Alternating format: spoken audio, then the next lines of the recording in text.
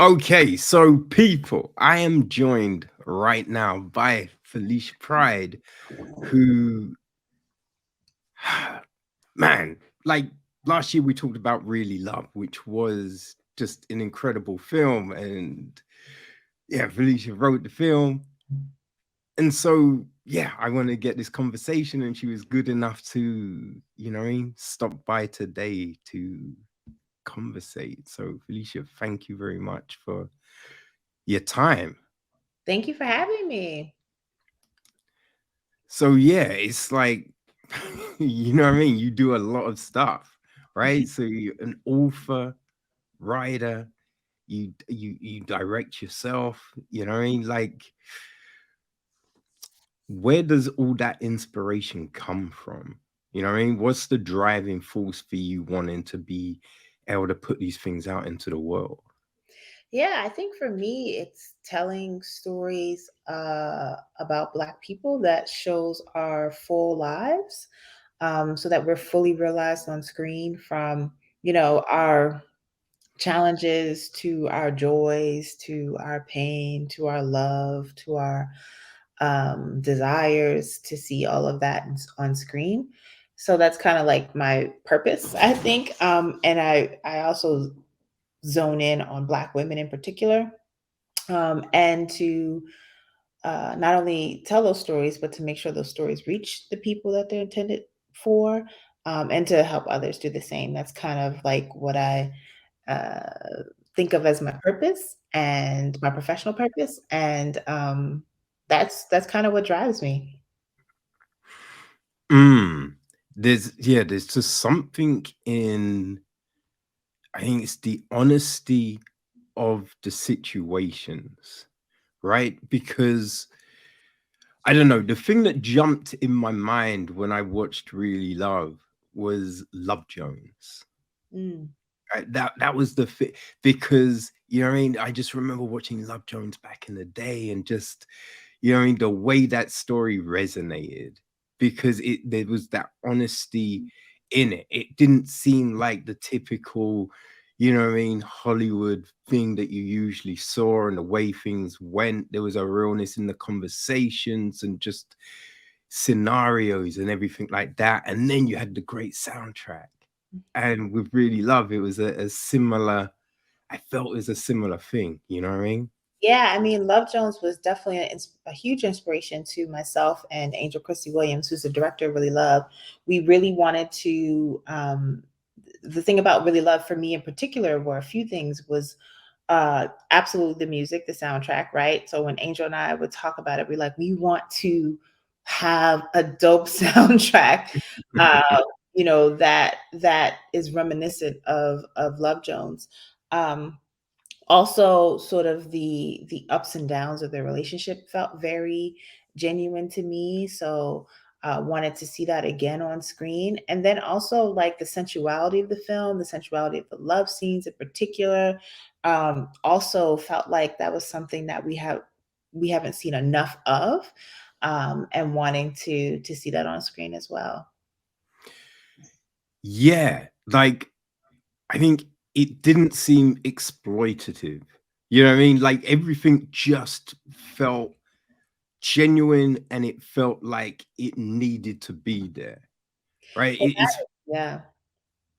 I was just gonna say, I think that Angel and our DP Sean Peters just captured the scene so lovely, and then our Kofi and Yutha were just amazing and open, and it was just beautiful. I remember the first time I saw the scenes, it was more than I could have imagined in terms of like what I was trying to capture on page, so yeah, very special. yeah. How was that collaboration with you and Angel in, bringing this whole thing to life? Yeah, I mean, we met at a cookout at a mutual friend, and Angel was, we were just talking, and she said she wants to direct. And I was like, well, what do you want to direct? She said a romantic feature, a romantic drama. And I was like, I have a romantic drama. And I've sent her the script like that night. And she immediately was like, I get it. I see it. And then we started meeting and started redeveloping the script to more align with what she was like envisioning in her head. And then we sold it. Sold it to Macro, so a Black-run production company who really understood it. But prior to that, it was 10 years of me trying to, I was living in DC at the time, did not know how to get a film made. So it was a very long time of no's and trying to get people to read it, and people telling me it was too small, people telling me that they've seen things like this a million times, and I'd have to respond with Black people in it. Like, it was a lot of uh it took a lot to bring this to screen. And then even after we sold it, it took a lot to get it into production. It took a lot to sell it to Netflix. Like, filmmaking is a very arduous process, and this little baby's how Angel and I kind of refer to it, was challenging. Very challenging. But really proud of the fact that we did it, and really proud of the reception to the film. Because you never know. And uh, I make work for Black people. So to have Black people tell me that they watched it, number one, is a huge deal in our days these days. There's so much that can take people's attention. So I don't take for granted that people actually watch things that I work on. So to have Black people watch it and have Black people, comment and discuss and debate and, slide in our DMs with opinions, like, it was a beautifully overwhelming experience. Yeah, like what what I mean, when you sell something like that to Netflix, and it's like, what I mean, you say it's not this easy journey, but you finally get there, and then they put it out there, and it, I mean, just resonates with people the way it has. Like, what kind of conversations do they then have with you? Do they hit you up? Do they say, "Hey, we'd like more. We want to continue this relationship"? Like, what happens? Black people will tell you exactly how they feel. And so, yeah, I would get tagged in conversations about, and it would not necessarily be like great. It wouldn't necessarily always be glowing, right? I'd still be Mm. tagged in conversations, um, especially about the ending. There was a lot of conversation about the ending, what we expected. The ending was always going to be open ended. The film used to be called Open Ended, so it was never going to be neatly tied up in a bow. Mainly because I felt like love is not often tied up in a bow, and it ebbs and flows. There's ups and downs. It comes back around. But yeah, it was tremendous, the conversation around it. But I also had to, you know, realize that once we're finished and it's released, it's for the people now. You know what I mean? Like, it's the people. Mm. So it is for the people to discuss and make their own and challenge and all those things.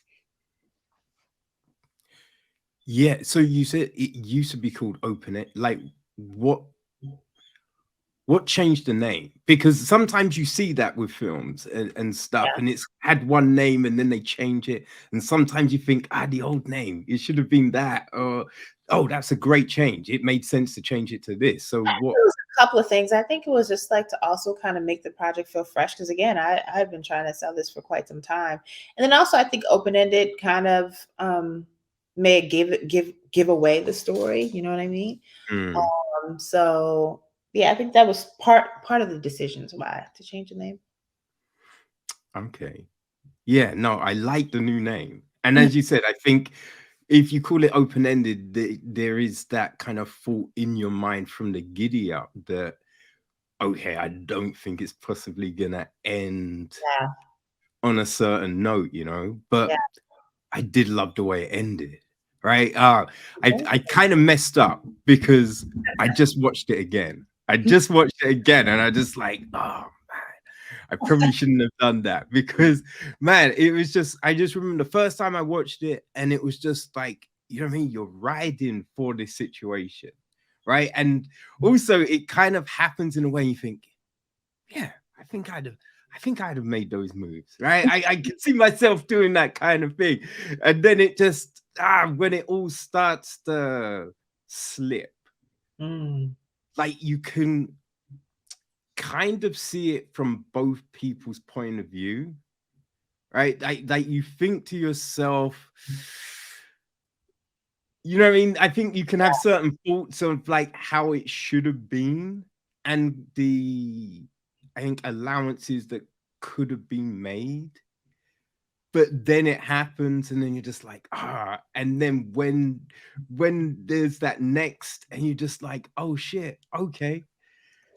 Yeah, And then again, it's just it's like, interesting because, I was an artist coming of age in DC trying to date. And mm, it's challenging, particularly because DC is an interesting place where there's like a lot of, Black professionals, right? And there's a culture around Black professionals, and I was this broke artist. On the flip side, I've dated broke artists. You know what I mean? So I know what that feels like and the challenges with that. Um, and like you said, they both have very valid perspectives. You have an artist who, this was his dream, and he was so close to getting put on. And you have this dream who, I think that all the characters in the movie are dreamers. mm, And you have Stevie, who also has dreams but wants to be supportive. And then you have these gender roles that come into play, so it makes it even more complicated. So yeah, we could absolutely see both of their perspectives in that. yeah. I think the painting at the end is a crazy moment because it's like, you mean it must be this crazy, like just honor knowing that you were the inspiration for a thing, but then the painting itself, you're just like, but then how do you feel being out there like that? Yeah, And yeah. so it's this crazy kind of moment, and you're just left on that, and you're just looking, and it's just like, and you just wonder, like, yo, what happens next? Like, how is this gonna go? And that's the thing that I really enjoyed about the film. Because as you said, it's just like these things, they're always fluid. You know, even when you have these films that end on that happy, everyone's together and blah blah blah, you'd like, but what happens next? Yeah, I mean, that's the thing, right? We assume with films that have ended happy that that's how it's going to last, right? That's the assumption that's in our head. And so with this film, it's really left up to interpretation, because we don't say one way or the other, Mm, what's next. It's really left up to interpretation. yeah, yeah. I'm also I just oh no, actually before I get to that, with the music, right?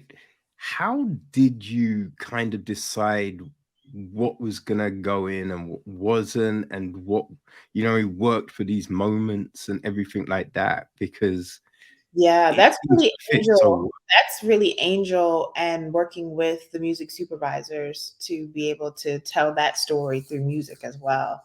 Yeah.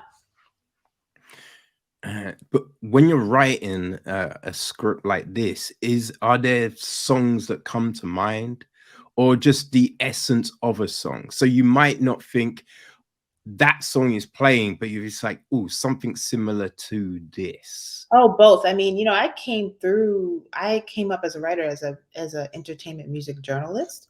I wrote a book about hip hop called The Message. I write to music. Like, music is a very important part of my life. So all my scripts, for the most part, have music references or music cues. Mm. Maybe to give a sense of like what I'm thinking, because it can be hard to get the same exact song, but mostly to like set a mood. Okay. Yeah. No, yeah, the music is just I enjoy it so much, right? And it's funny because there's certain films that just work on that level, like Queen and Slim. Like that Yeah, again, that that has was a great something else where it was just like, yo, a great soundtrack. I listen mm, to that soundtrack. Yeah, it's great. yeah, yeah. Um, so were you involved with the casting of the film and that kind of element of it? Well, I would see tapes. So Angel would share tapes with me and we'd talk about it. I mean, we actually, it's funny because Kofi was like at the top of our list for a long time. Like we went to see him, we went to see the movie Kicks that he was in. I remember they played it at USC and Angel and I were like front row and Kofi just looked amazing. He just is like has such a presence. Um, Mhm. and he was so great in the film. And so he was at the top of our list. And I actually was staffed on Queen Sugar before we were finished casting Really Love. So it just became this connection of like having seen his work on Queen Sugar directly. And then for him to be cast Really Love was like just this serendipitous thing. So he was at the top of our list for a really, really long time. But we were also very clear that we wanted chocolate people in the Yeah. film. Like we wanted to see chocolate on screen. So that was like in the script. So Angel really, really made sure to stay true to that, working with the casting director and the producers to make that happen. Mm. Yeah, no, the casting was great. This it's one of those things where it's just like there didn't seem any weak points Mm. of the film, right? Like everything worked, all the performances worked. Just I just love the camera work and just the cinematography and just it all just fit together so perfectly. Oh, You I know what love I mean? it. Was such a blessing to have collaborators at the top of their game work on this film. Like that is such a blessing. It is such a huge blessing. Yeah, no, I can definitely imagine. And when you're writing this story, right? Because yeah, I mean, there's like what people were telling you, you know what I mean? Like, oh, we've seen stories like this, and why do you want to tell this story and that kind of thing? And I will say, there have been, you know what I mean, black films about relationships and stuff like that. But I do think there is a distinct difference. You know what I mean? And so it's just like when you're writing it, are you looking at what's already out there and thinking, okay, what are the things that I'm not getting from these stories? Like, or is it just, I don't know, what just comes out of there? Like, it's not like you're looking at, I need to fill this void. It's just, this is the story that was in you to tell. I think it's both. I think there's stories that are just in me. Like I'm working on a multi-generational story following a grandmother, mother, and a daughter in Baltimore that is inspired by my family. That's just in me. That's just a story that I have to tell. There's other times where I do think I'm like, I feel like we haven't seen this. I want to see this. Mm, So I tell that story. Um, and so that's kind of how like Really Love was. It was like I don't I wanted to tell like one movie that was a big inspiration for Really Love was Blue Valentine. I was like, "Ooh, we don't really I haven't mm, really seen a Black Blue Valentine. There possibly could have been some out there, and I'm sure there were. I just hadn't seen it, and I wanted to. I was just like inspired by that film. Um, so that's sometimes how it happens too, where it's like I want to see this part of Black lives realized on screen, you know? mm. Yeah.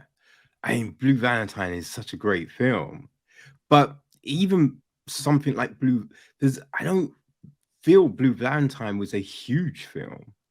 It wasn't. It You know was what I mean? And it's just it like, had a small budget, in comparison for the cast, mm, because pretty remarkable cast, but it was still considered a small budget film in that way.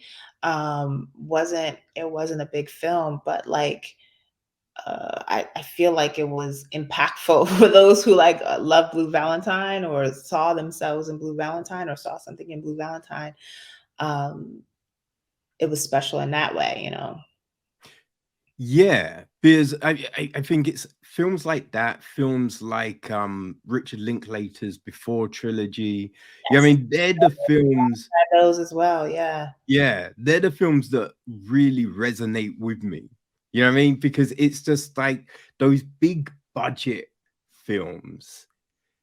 It always just, I don't know, the situations never feel real. You know what I mean? And so, There's also sometimes different purposes, right? Sometimes it's mm, to be aspirational, sometimes it's to be escapist, you know. And in this, because I have some studio features that I'm writing right now that are bigger, and they're meant to feel aspirational. yeah. But then there are times when I want to write a story that feels more grounded, not so heightened. I think there's space for all types of stories. I think for me, what's still, I love the word that you use, honesty, like still having honesty in those experiences, whether it's heightened or not. Mm. Yeah, no, definitely. And I think you really do that as well with Tender. Thank you. Because Oh, baby. that is like it's 15 minutes, but you get this just incredible journey, right? There's I don't read the synopsises of films, you know what I mean, before I watch them. I just Kind of like that too.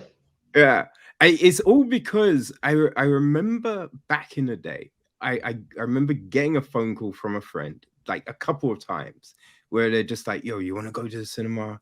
I'm just like, "I don't know what's out." They're like, Mhm. "Oh, there's this film. It's like in the computer and blah blah blah." And we went, and it's The Matrix, and I knew nothing about it, and I just remember sitting there like, Blown away, right? whoa, what's happening here? And the other one was Gladiator. I remember Oh, sitting down wow. and just you open up with that crazy scene in the Yeah, forest and yeah. everything, and it's just like, man, just that. And I just always want to recapture that. So I don't watch trailers, I don't read the blurb.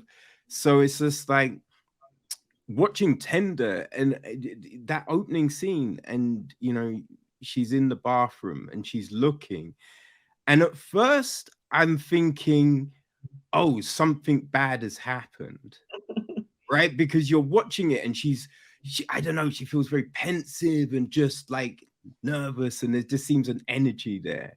And then when she kind of runs a hand over her scar, and you're just like, oh, what's going down? But then you kind of realize what it is. You know what I mean? It's being open, it's being seen, and it's that fear of, like, you know what I mean, rejection, and will someone accept me, and just Yeah.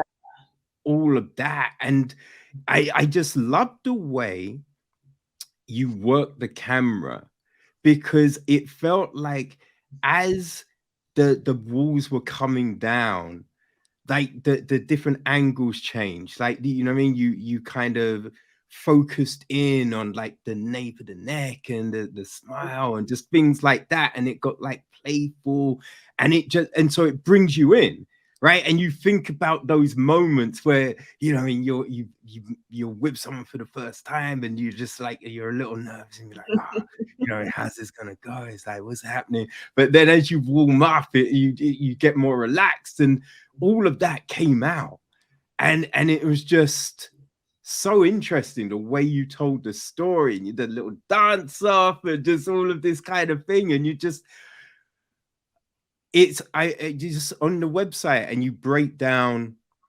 what you wanted to do with the film, right? And you're, it's about telling the story, but you wanted the joy there. Yeah. And they both characters have that pain in their life. They both had things that, you know what I mean, impacted them. Hmm. But it doesn't sit on those things. And I love that. Yeah, I mean, a couple things. One, my cinematographer, Ludovica Isadori, is a beast. She was also camera operating. So that's, you see her movements, right? And it was very important to have a female lens on this film, and she's amazing. Uh, the first scene, it's funny because there was a scene previously in the script that we see Kiana get out of bed from Lulu and go into the bathroom.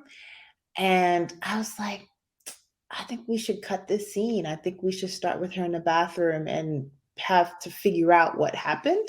So that was a decision that I made, like not close to production. I was like, let's cut the scene. Like, let's start right from the bathroom. And I think that that was a good choice. Um, and to your last point, there's this conversation around trauma and trauma in Black stories. And I'm from the opinion that Black stories can have trauma in it because Black people have trauma in their lives. I think what sometimes is missing is a counterpart to that, which for Mm. me is often joy. Because I know that as Black people, as we move through the world with trauma, we're still able to laugh, we're still able to make love, we're still able to, be with our families, we're still able to have dreams. And so I'm always looking to have a counterpoint for that.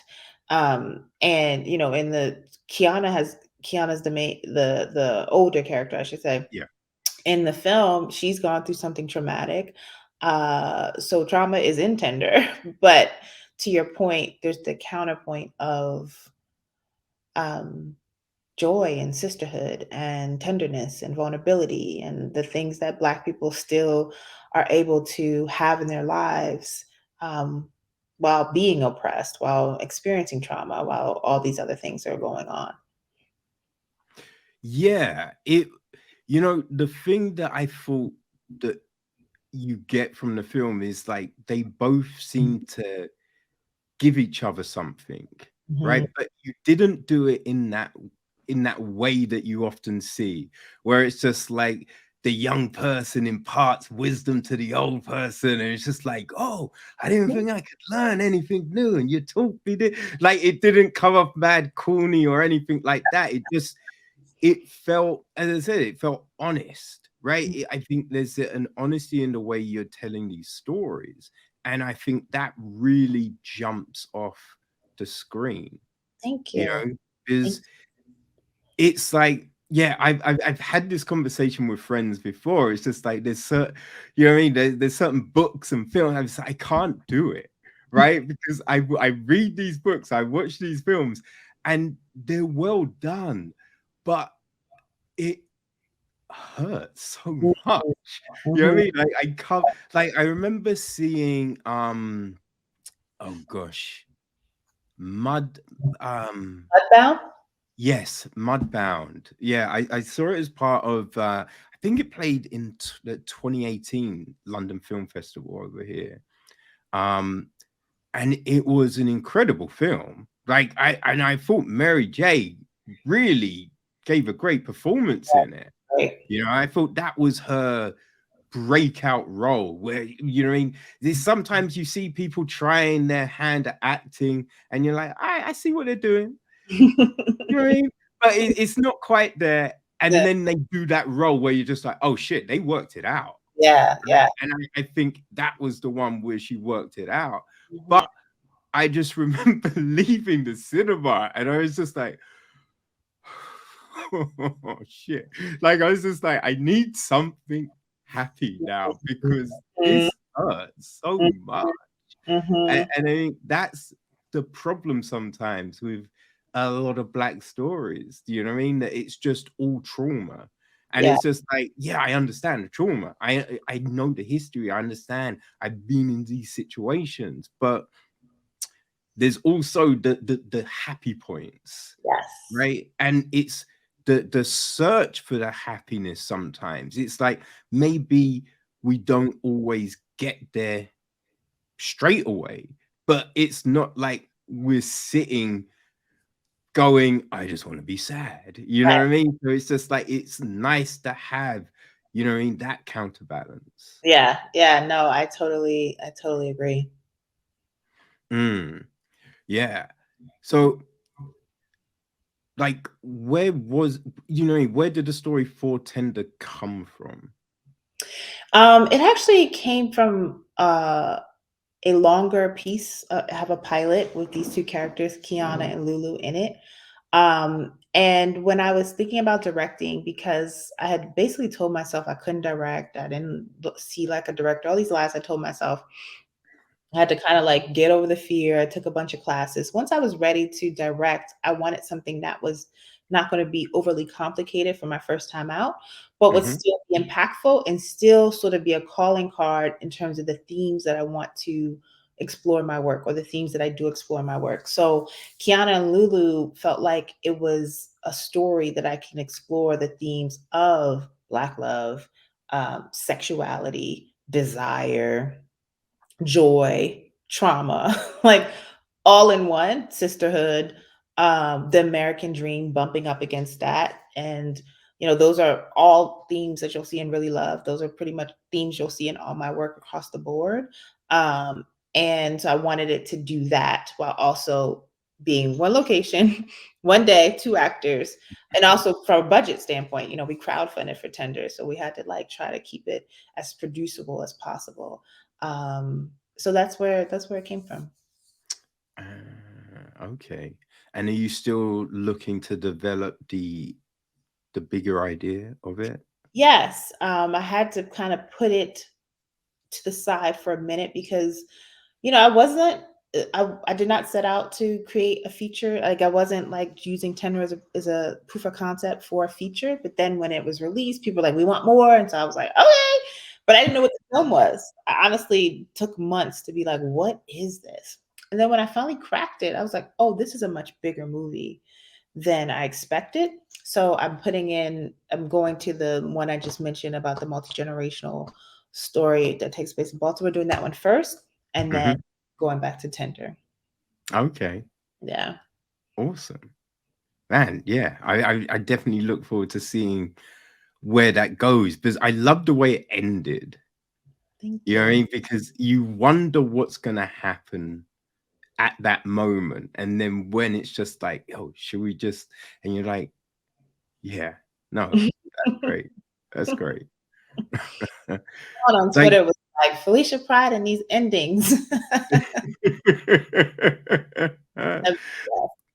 but I think, you know what I mean? It's like you can see those things in your own life. Like you can be like, oh yeah, I remember when I was in a similar situation, or you know what I mean, something like that happened. So I think that's the thing, right? You can empathize with the characters and the way things happen and run and all of that kind of thing. I think that's the big thing because sometimes in these and you know what I mean, you don't always have to be able to be like, oh yeah, whew, I remember the time you know what I mean, had a fight with Thanos. You don't have to be able to do that. But I think sometimes it's those little connections that really help bring these things to life, you know? Yeah. Yeah. And you know, because you just said that you were telling yourself you couldn't direct. Like, what was the things that you thought you why you couldn't? And then, you know, what I mean, you did a course and that, but what was the thing that then made you think, okay, no, I can do this now? Yeah. I mean, I thought I couldn't because I think that, first of all, the role of director is like put on such a high pedestal, right? It's very lofty, and it's also always often, a white dude um, on the perch. And I also just, you know, didn't grow up knowing directors, didn't that wasn't on my radar. And so it was really seeing more directors who look like me, and be encouraged by them, and then understanding more about what directors do, and also understanding that there's all types of directors, right? There are Mm, directors who are very technical visually. There are directors who are amazing with actors. There are directors who, can do it all. So there's different. So being okay with what type of director I was going to start out to be, and also thinking about what type of director I wanted to be. And also focusing on a superpower going in, which is story for me, right? Focusing on that and being able to bring on collaborators at the top of their game, talk story with them, and allow them to translate that into their craft, into their department. Allowing costume to translate that. The other thing was I focused on, to get ready, working with actors, because that's the only department that doesn't have a department head, right? So like I focused on, really, really, and it's interesting because Pharrell Walker, who plays Kiana, Trishana Clark plays Lulu. Pharrell was one of the actors who was a part of the workshop that I was doing. I didn't get a chance to work with her, but she blew me away. And when Tinder came around, I could not get Pharrell out of my mind. And so we offered the role to her because I saw her range and I was like, she would be amazing. And she blew my mind again. And then to have Trishana, who was so amazing and blew my mind and was vulnerable and all the things, I was very, very blessed. So I realized too that, um, working with top craftsmen goes a long way when it comes to directing, and then also learning what I want to learn more. So I've been in what I've been calling film school since Tender. Like I've been taking classes on cinematography and color and, composition and all the things, so I can continue to build up my skill set as a director. Mm. Now, when you do that kind of thing, because I'm curious about this, right? Because I think there's sometimes you see people read the books and, what I mean, go to classes and things like that. And these things will teach you in a certain way. So when you come out, sometimes you do things how you were taught, and so it doesn't have your voice yet. And you can kind of, I mean, there's some directors that you see and then you learn that, oh, they worked with these people, and so you can see those influences, and then there's a point when then they become their own thing. You know what Yeah. I mean? So it's just like when you do that, when you know what I mean, you do these classes and you do this kind of research and study, how do you learn but then still keep your voice? Like, even considering the fact that you're, early in in the game in that respect kind of thing. Yeah, it's interesting because I actually take it back to, when I came out here with what would become open-ended, the script that what would become open-ended, I was still self-teaching myself structure, right? Screenwriting structure, because I came from the book world, I came from journalism. But what I had going for me when people would read the script, what they liked was voice. So I've been Mm, cultivating voice for 20 years. Like since I first wrote my first piece, which was a review of No More Mary's No More Drama album in 2002, which uh, I inserted myself all in that piece, which is why I give a lot of, when people talk about inspirations, for me, hip hop was a huge inspiration. And then the journalists who were covering hip hop, because there was an assertion of the I in pieces. mm, It was more creative nonfiction than anything. So it helped you to establish a voice. And some of my favorite journalists and cultural critics had such amazing voices that I've been cultivating voice for a really, really long time. That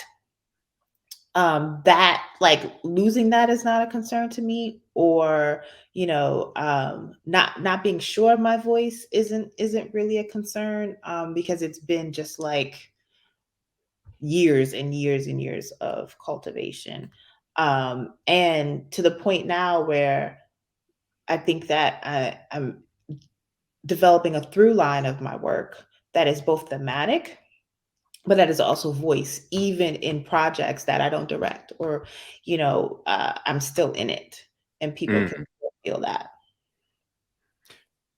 Yeah, no, I definitely feel you see that in Tender and Really Love, that you know what I mean, just the themes and the way it's written, and there's just like the little nuances and that kind of thing, Yeah. right? I think you kind of can see that pattern, which is nice. And also, I've had the pleasure as a TV writer and now a TV writer producer, to be on set with various different directors, right? And what's so great about that is like I'm watching them essentially shadowing and watching them and being able to say, I would do it like this, you know, understanding what they're doing, right? That's the learning piece of it. And then say, I would do it like this. Mm. So that has been also helpful in like the directorial voice.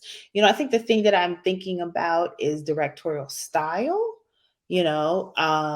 more so than voice. But I think that that's forming as well. I think that that's forming. Hmm. Now, when you are like writing and planning these things out, like, do you kind of think about like the color tones and, you know what I mean, just the different kind of shots that you want to take and utilize and all of that kind of thing? Or does that kind of come later? That comes later for me. Like I want to keep my writer hat on and really be immersed in the story that's on the page, and then take the writer hat off and put the directing hat on, um, and really be thinking about how to translate it visually, right? I think sometimes what happens is the producer hat comes on while I'm writing. The director hat doesn't come on, but the producer hat will come on. That's because of like my TV work, and then just also knowing that some of my projects are more low budget. So I am conscious of can this actually be shot? Like, am Mm. I really going to put this, in this location? So I do think about that when I'm writing sometimes, because especially for TV, because what you write is going to be produced. And I think a lot of times writers don't have that luxury because sometimes we're writing, and never get anything produced. There's, screenwriters who have never gotten a feature produced, which is heartbreaking, right?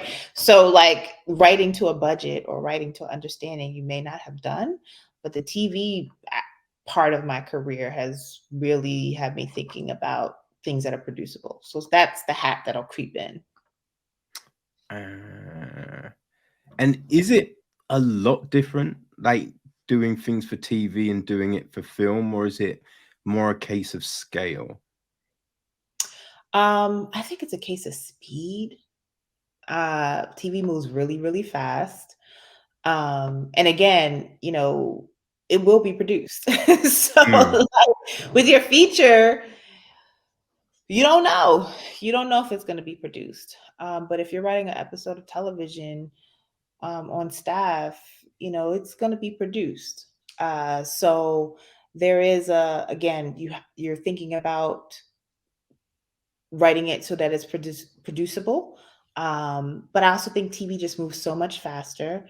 Also, it's long form, particularly if you are on a show that's serialized, right? So I realized that often as writers, we're not able to learn long form storytelling until we get into a room because we're usually just writing pilots. We're not thinking about how episode 208 tracks with episode 202. We're not thinking about, in my case, episode 1802 and how it tracked with episode 1717. So you really don't are able to flex that muscle as much until you get into a room.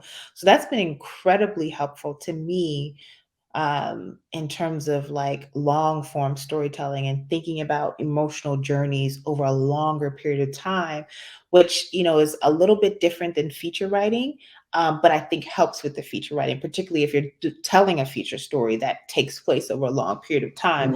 How do you track that emotional journey? TV writing has helped with that tremendously.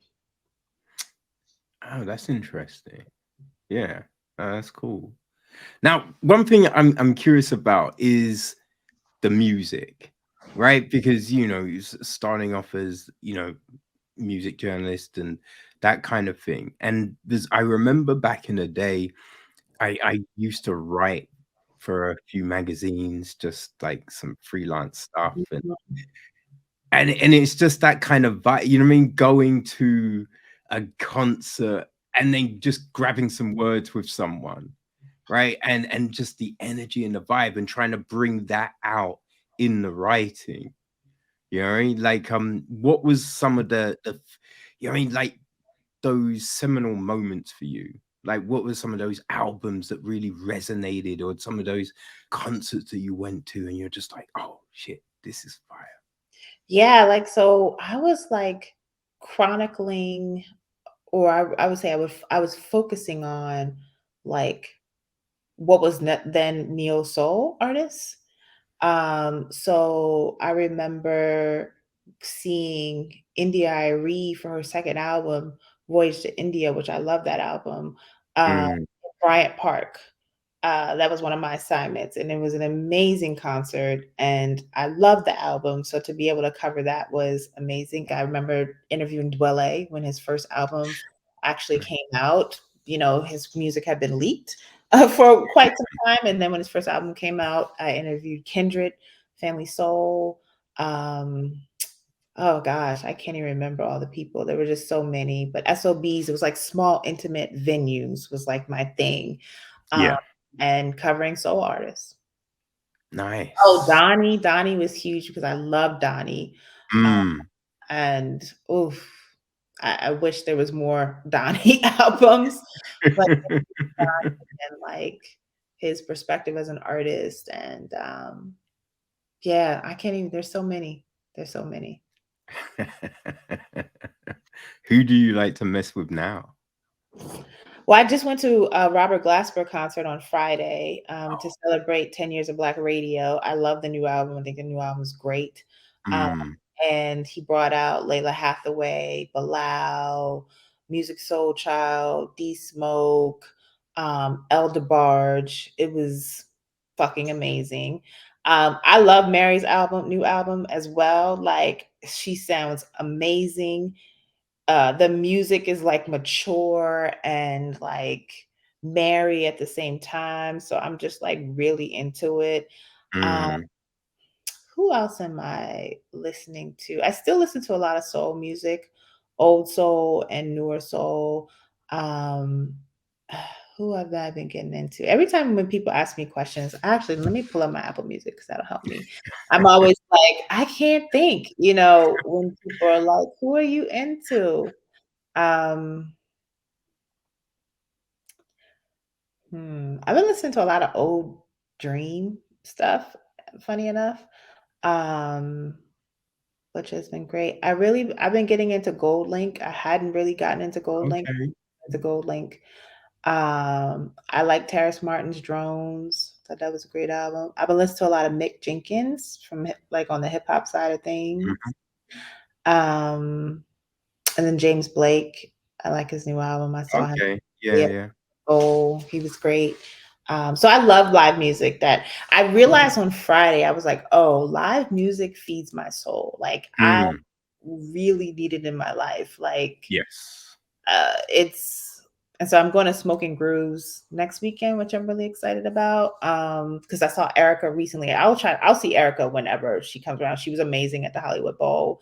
I love her. So yeah, I've been seeing some really great concerts Oh recently. man, that's fire. Yeah, I think that was one of the big things I really missed, like, over the last couple of years, because it's fun.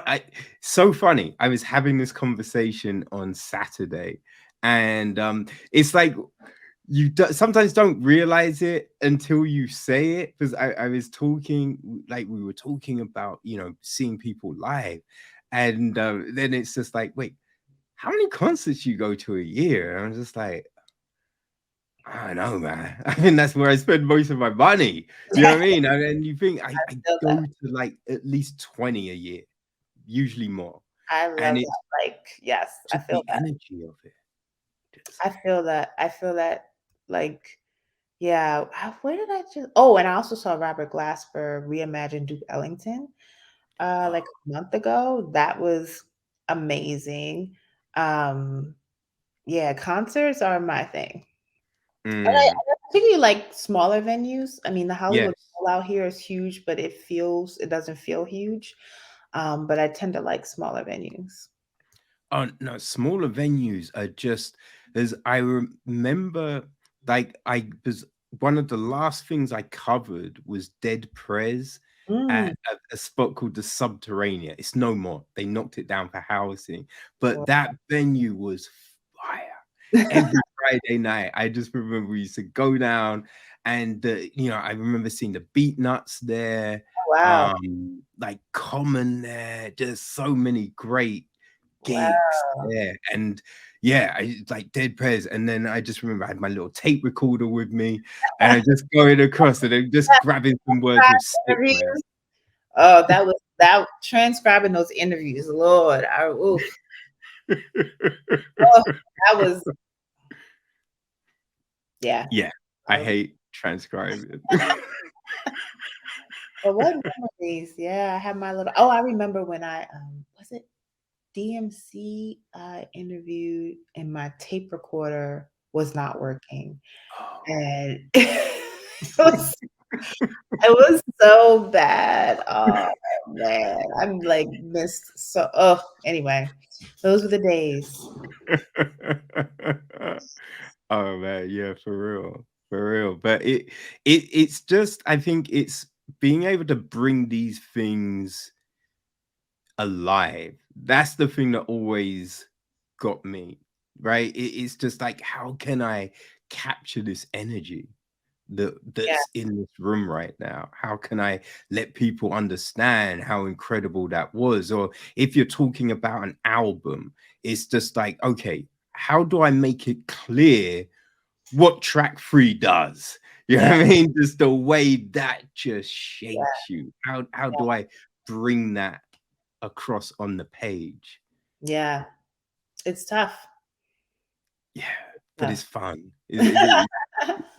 Because it's all storytelling. I love storytelling, Yeah, right? And it's just finding those ways to connect and like bring people with you on this journey. That's absolutely, always just the fascinating absolutely, thing.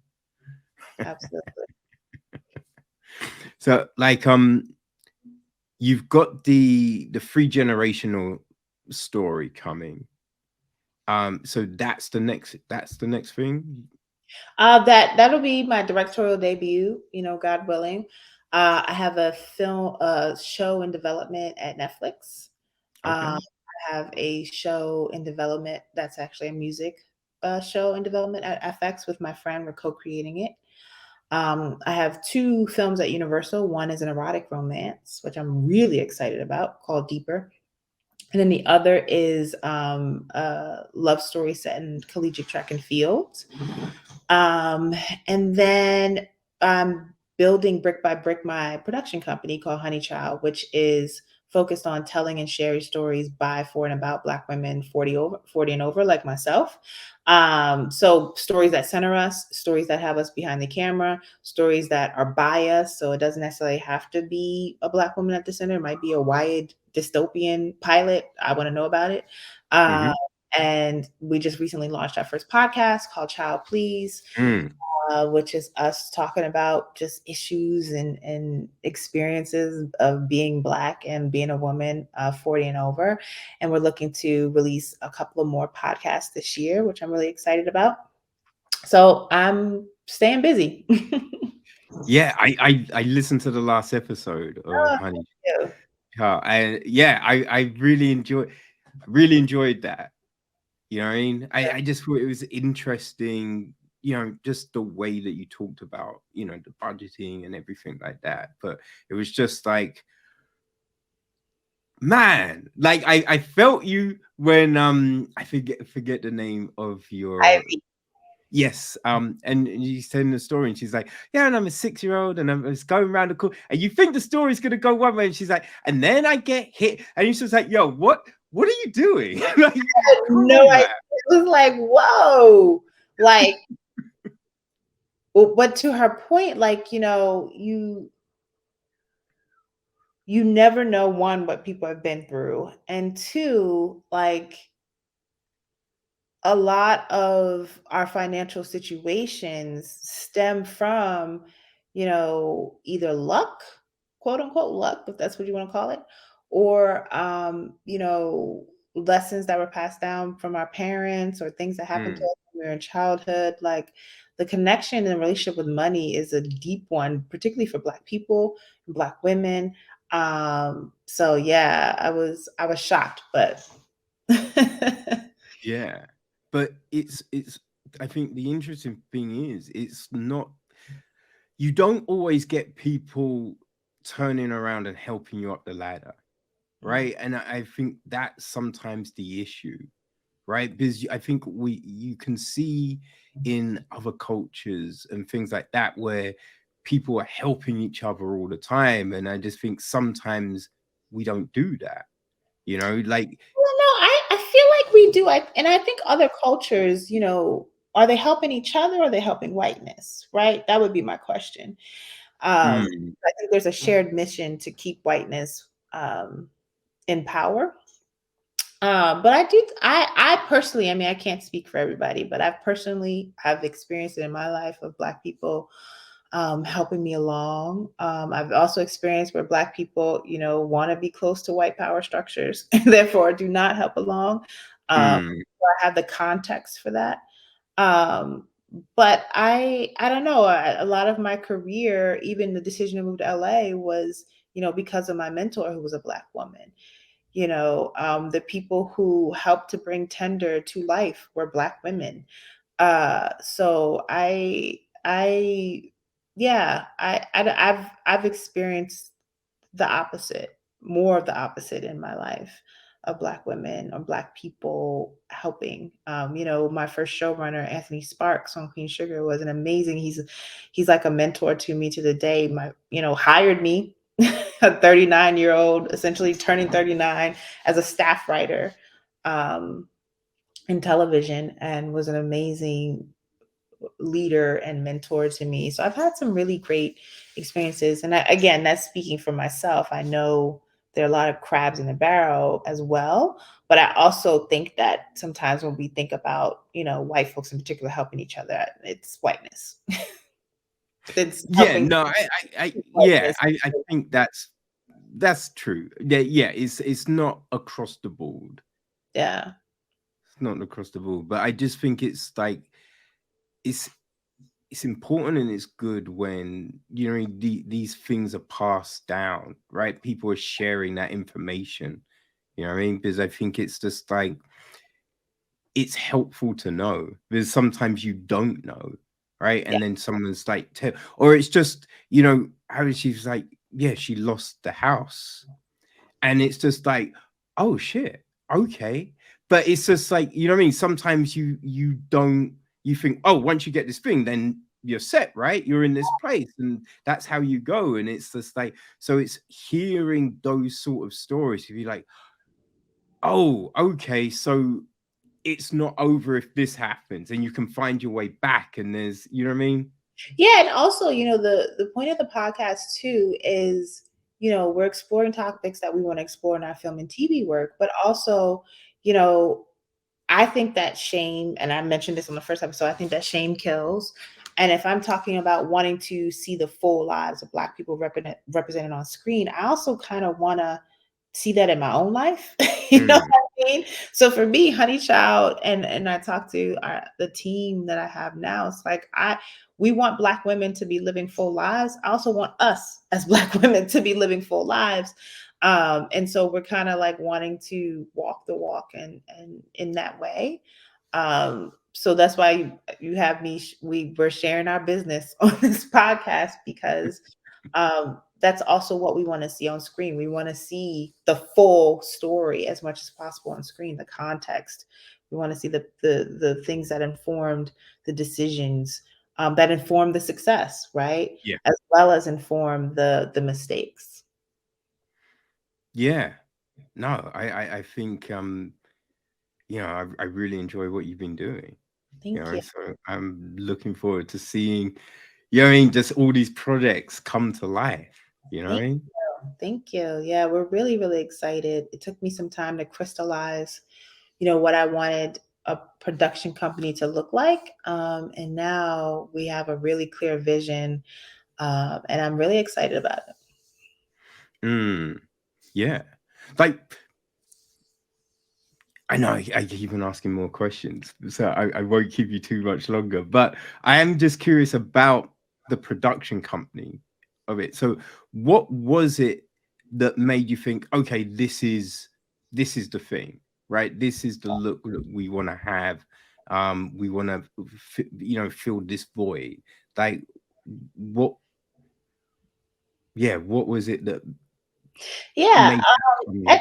it's part like, seeing a need in terms of the stories and experiences that I was having with my friends, who are 40 and over.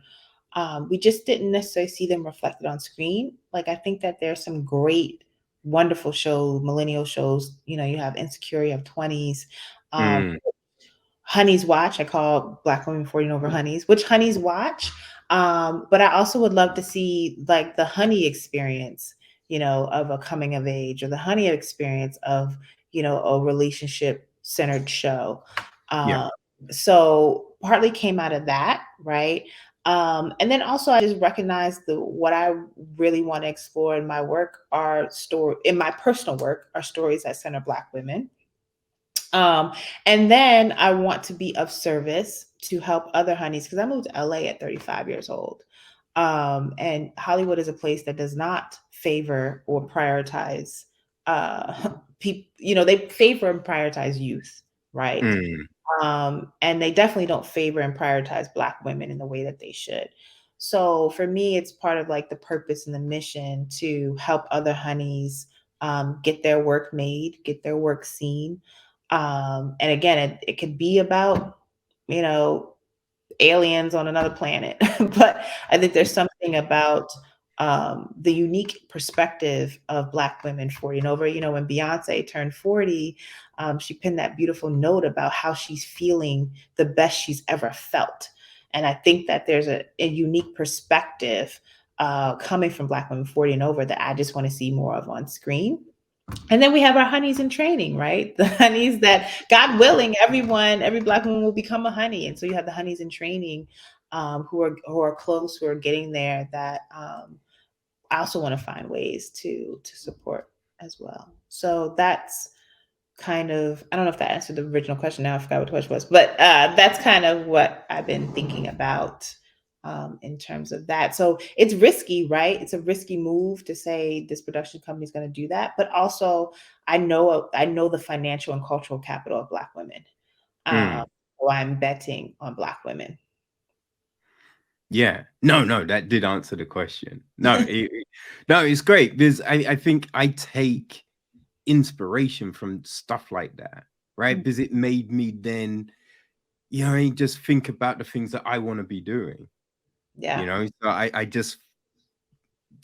was just doing this business thing, so that got approved. So it's just like, yeah, I'm looking to start my own thing up Nice. and tell the stories that I feel I'm not seeing, Yeah. right?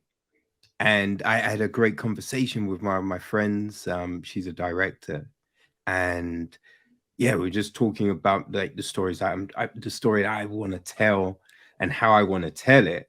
Like it was a very valuable conversation because it then made me think about there was things I hadn't considered, and Yeah. so it's just like, oh yeah, I hadn't thought about that, and oh Yeah. yeah, that's the thing. But it just, I think it gets that energy going. You know what I mean? And that's the great thing, and it's just like, yeah. So I think because I get your newsletter and you know what I mean, just all of this, and it's just seeing this stuff and it's valuable.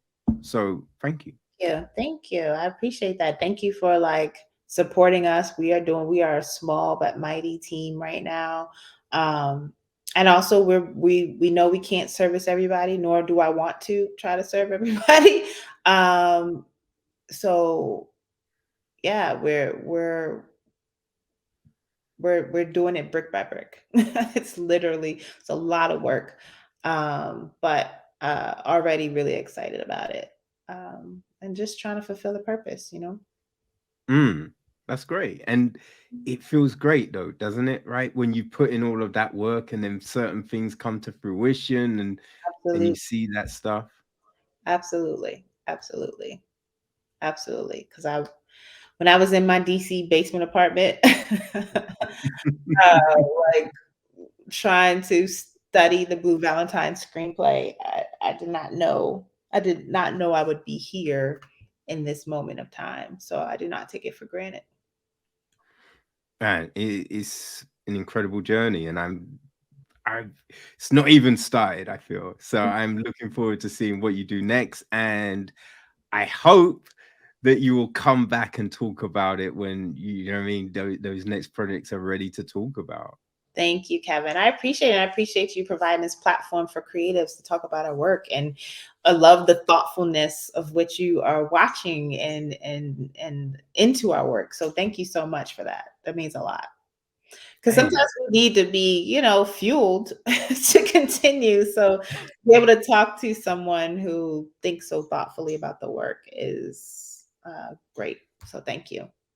hey, no, you know what I mean? I just think that there's these great things out there, and it's just like, you know what I mean?